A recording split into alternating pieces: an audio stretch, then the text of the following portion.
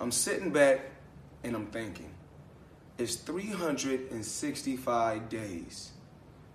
And to a lot of men, only 4 days are special.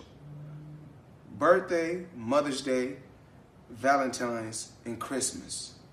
What about the other 361 days?